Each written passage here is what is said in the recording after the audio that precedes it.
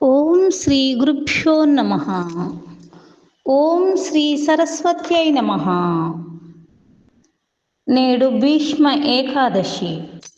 భీష్మ ఏకాదశి విశిష్టత. హిందువులకు మాఘమాసం అతి పవిత్రమైన మాసం. ఈ మాసంలో చేసే స్నానం, పర్వదినాలకు ప్రముఖ స్థానం ఉంది.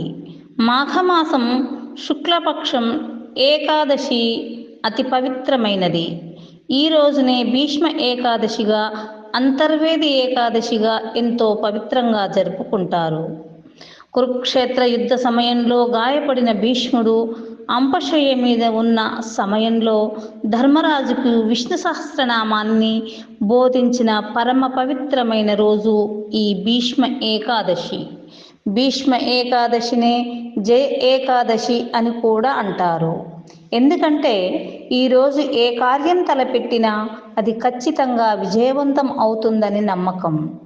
ఈ విష్ణు సహస్రనామాలతో పూజించిన పాండవులు కురుక్షేత్ర యుద్ధంలో విజయం సాధించారని ప్రతీతి. అటువంటి విష్ణు సహస్రనామాల పారాయణం ఎంతో విశిష్టమైంది. ఇక ఈ భీష్మ ఏకాదశి నాడు విష్ణు సహస్రనామం పఠిస్తే అనేక శుభాలు కలుగుతాయి. ఈ రోజున శ్రీ మహావిష్ణువుని పూజించిన వారికి స్వర్గలోక ప్రాప్తి కలుగుతుందని పెద్దల విశ్వాసం. మాఘమాసంలో శుక్లపక్ష ఏకాదశి విష్ణు ప్రీతికరమైన మహాపర్వణి. ఈ రోజున నారాయణార్చన, శ్రీ విష్ణు సహస్రనామ పారాయణ, జప ఉపవాసాదులు విశేష ఫలాలను ఇస్తాయి. భీష్మ నిర్యాణానంతరం వచ్చిన ఏకాదశి కనుక ఈ భాగవతి శిఖామణి పేరున ఈ ఏకాదశిని భీష్మ ఏకాదశి అని పిలుస్తారు. భీష్మ ఏకాదశి విశిష్టత. భీష్ముడు గంగా శంతనుల 8వ సంతానం. అసలు పేరు దేవవ్రతుడు. తండ్రి శంతనుడు.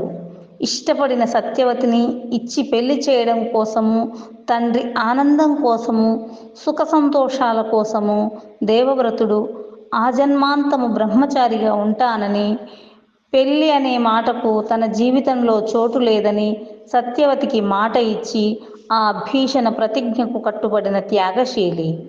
అప్పటి నుంచి దేవవ్రతుడు భీష్ముడిగా ఖ్యాతిగాంచాడు. తనయుడి త్యాగానికి సంతసించిన తండ్రి భీష్ముడికి స్వచ్ఛంద మరణం పొందే వరాన్ని ఇచ్చాడు.